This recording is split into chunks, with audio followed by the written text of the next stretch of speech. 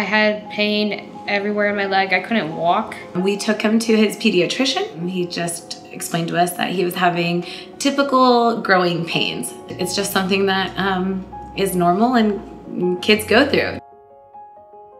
It just hurt so bad that I was crying in my bed, and we had to go to the hospital immediately.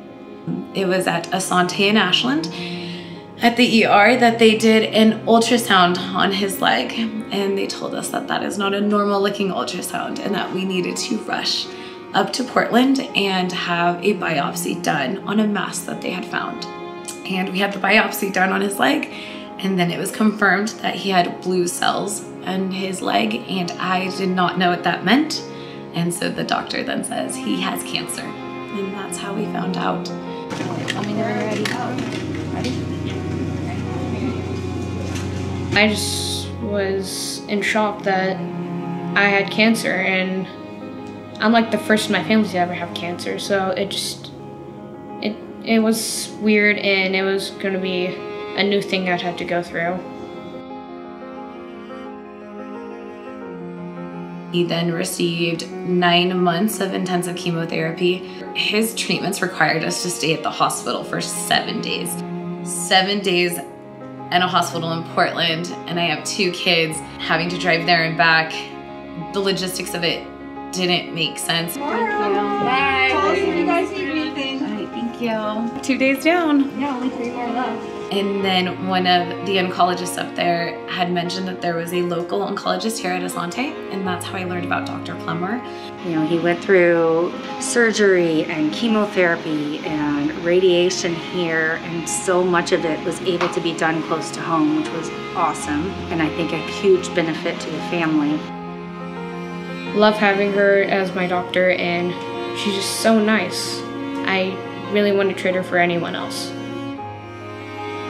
I think with just all the experiences he's had in the hospitals, being home is where healing happens, and the fact that we're able to go into the infusion rooms and be there for a few hours and be able to return home where he can come back and see his little brother, it feels like healing's happening faster, and that is everything, especially as a parent. It makes me feel good since he's just down like the road, only 10 minutes away. I just feel like I love having Asante right next to us, because my little brother's here, my mom's here, and I just like to be home with my family.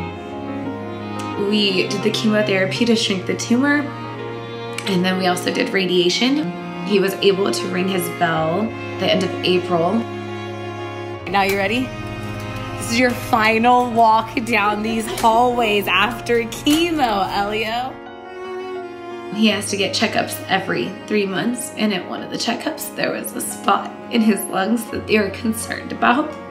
Through a biopsy, it was later confirmed that his cancer had returned.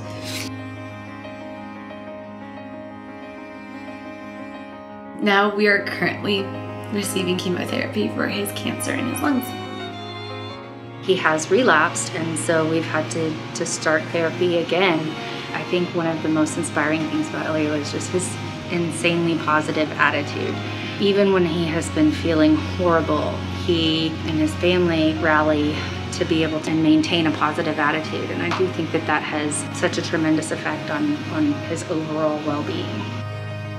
I am lucky enough to have that. I can treat it and I can get better, because some kids actually don't have that, and it might be fatal to them. So I feel so blessed that I can treat this. Because the space was already created, the rooms are not very large. So for some of our patients who are here for hours on end, it can be less comfortable.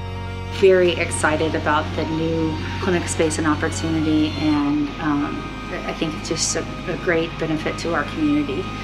The new Asante Hospital that the donors and the community is coming together to build is incredible, and I am so grateful that we live in Southern Oregon that has a community that sees that children are important and they deserve to have a facility that caters to them and the families that are impacted by cancer. I'm glad that you guys are here to help support the new Children's Hospital. I really want to say thank you for giving back to the community and helping a lot of children like me.